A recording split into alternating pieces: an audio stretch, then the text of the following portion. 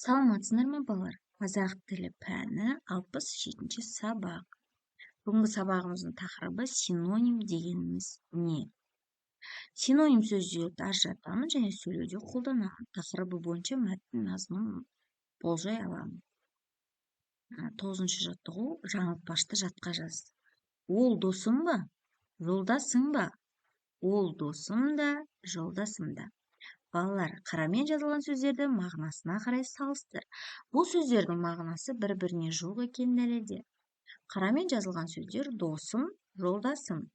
Дос, жолдас бір-біріне синоним болып саналады. Тілімізде білдіретін мағынасы бір-біріне жақын, бірақ дыбысталуы әрі басқа сөздер бар. Мысалы, әдемі, көрікті, алыс, шалғай. Мұндай сөздерді синоним сөздер деп атайды. 10-шы жаттығу тақырыбы бойынша өлеңнің мазмұнын болжа. Шынықтыр сен денені. Теңізші боп егерде жүзем десең тереңде, белден басып мұз қарды кезем десең шыңдарды. Түлеп ұшар жас қанат, болам десең ғарышкер. Шарлау үшін әуені қуат керек әуелі. Жігер керек, от керек, ерлік керек, еп керек. Ол үшін ең керегі шынықтыр сен денені. Дүйсенбек Қанатбаев. Өлеңнің тақырыбы бойынша айтқан ойларыңды өлең мазмұнымен салыстыр. Қарамен жазылған сөздердің синонимін тауып көр.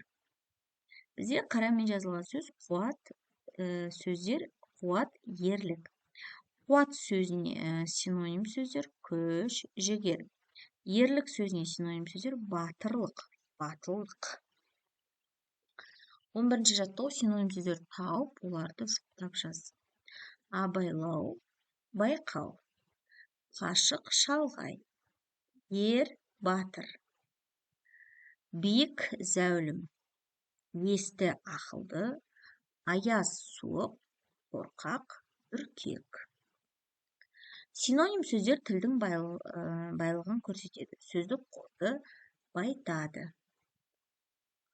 12-ші жаттығу Әли мен Маржан синоним деп есептейтін сөздерді оқы. Олар синоним сөздерді дұрыс таңдады ма? Шынығамыз, тынығамыз, жетілеміз. Салқын, тастай, мұздай. Әли мен Маржан синоним сөздерді дұрыс таңдады. Балалар, ребусты шешуіндегі сөздің синонимін тап дейді. 13-ші жаттығуда. Бізде берілген ребустың жауабы алыс. Алыс деген сөз шықты.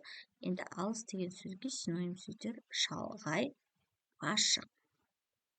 Ал балалар, осымен бүгінгі сабағымыз аяқталды.